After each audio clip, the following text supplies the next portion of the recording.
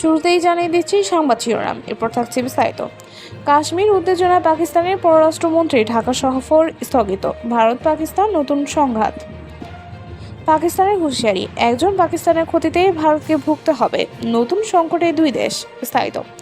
পাকিস্তানের উপমন্ত্রী ও পররাষ্ট্রমন্ত্রী ইসহাক দারের ঢাকা সফর হঠাৎ করে স্থগিত করা হয়েছে। পাকিস্তানের পররাষ্ট্র মন্ত্রণালয়ে এক বিবৃতিতে জানানো হয়েছে, অপ্রত্যাশিত পরিস্থিতির কারণে তিনি 27 ও 28 এপ্রিল বাংলাদেশ সফরে আসতে পারছেন না। পরবর্তীতে আলোচনার মাধ্যমে সফরের নতুন তারিখ নির্ধারণ করা হবে।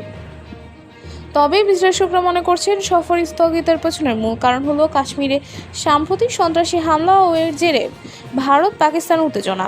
গত 22 এপ্রিল কাশ্মীরের পহেলগাঁও এলাকায় সন্ত্রাসী হামলায় অন্তত 26 জন পর্যটক নিহত হন। ভারত দাবি করেছে এই হামলাকারীরা পাকিস্তান থেকে এসেছে, যদিও পাকিস্তান এই অভিযোগ অস্বীকার করে ঘটনার নিন্দা জানিয়েছে। হামলার পর দিল্লি পাকিস্তানের বিরুদ্ধে কঠোর ব্যবস্থা নেয়, সার্ক ভিসা বাতিল, সীমান্ত বন্ধ, পাকিস্তানি নাগরিকদের ভারত ছাড়ার নির্দেশসহ 5টি বড় পদক্ষেপ ঘোষণা করে। পাল্টা জবাবে পাকিস্তান ও ভারতীয় নাগরিকদের ভিসা বাতিল করেছে, সিমলা চুক্তি স্থগিত করেছে, ভারতীয় কূটনীতিকদের দেশে ফিরে যেতে বলছে এবং ভারতের সঙ্গে বাণিজ্য বন্ধ ঘোষণা করেছে। এই উত্তেজনার মধ্যেই সীমান্তে ভারতীয় সেনা মোতায়েন ও মিসাইল পরীক্ষা নিয়েও চলছে আলোচনা। এমন টালমাটাল সময়ে বাংলাদেশ সফর থেকে সরে দাঁড়ালেন পাকিস্তানের শীর্ষ কূটনীতিক। এই পরিস্থিতি আঞ্চলিক শান্তি ও কূটনৈতিক সম্পর্কের জন্য বড় চ্যালেঞ্জ হয়ে দাঁড়িয়েছে। পাকিস্তানের হুঁশিয়ারি, একজন পাকিস্তানের ক্ষতিতেই ভারতকে ভুগতে হবে, নতুন সংকটে দুই দেশ। বিস্তারিত।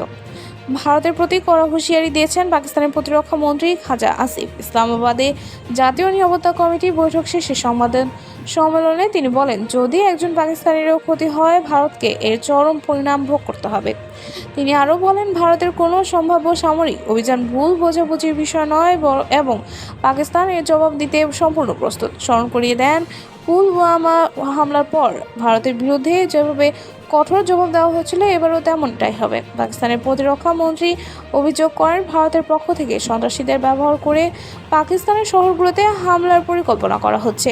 তিনি বলেন, আফগানিস্তানে ঢাকা টিটিপি এবং বেলুচ বিচ্ছিন্নতাবাদী নেতারা ভারতের সহযোগিতা পাচ্ছেন এবং কেউ কেউ ভারতের চিকিৎসা নিচ্ছেন।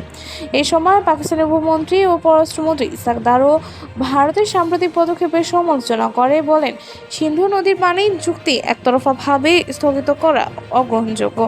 এই চুক্তি বিশ্বব্যাংকের মধ্যস্থতায় হয়েছিল এবং একতরফাভাবে তা বাতিল করার সুযোগ নেই।